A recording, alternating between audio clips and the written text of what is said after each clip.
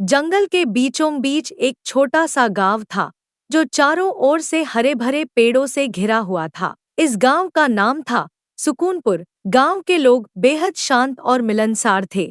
लेकिन एक दिन गांव में एक अजीब घटना घटी जिसने सबको चौंका दिया। गांव के पास ही एक घना जंगल था जिसमें तरह तरह के जानवर रहते थे। गांव के लोग अक्सर वहां शिकार करने जाते थे।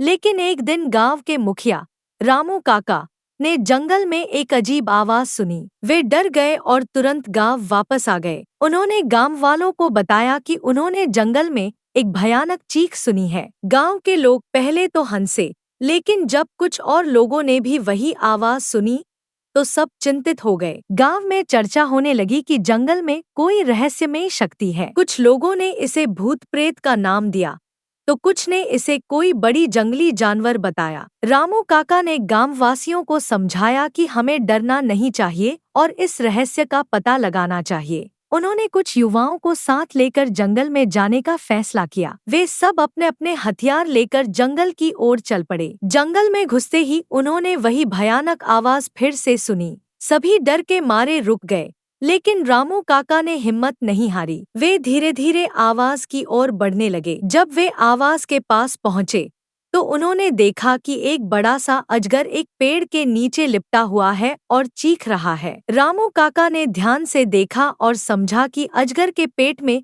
कुछ अटका हुआ है, जिसकी वजह से वह चीख रहा है। रामू काका ने गांव के युवाओं को इशारा किया और सबने मिलकर अजगर को शांत किया। उन्होंने देखा कि अजगर के पेट में एक छोटा हिरण फंसा हुआ है। उन्होंने बड़ी सावधानी से अजगर के पेट से हिरण को बाहर निकाला। अजगर ने राहत की सांस ली और जंगल में वापस चला गया। गांव के लोग इस घटना से बहुत खुश हुए और रामू काका की बहादुरी की तारीफ की। इस घटना के बाद गांव में फिर कभी ऐसी अजीब आवाज नहीं सुनी गई। गांव के लोग इस घटना से सीख गए कि किसी भी समस्या का समाधान डर से नहीं, बल्कि हिम्मत और समझदारी से किया जा सकता है।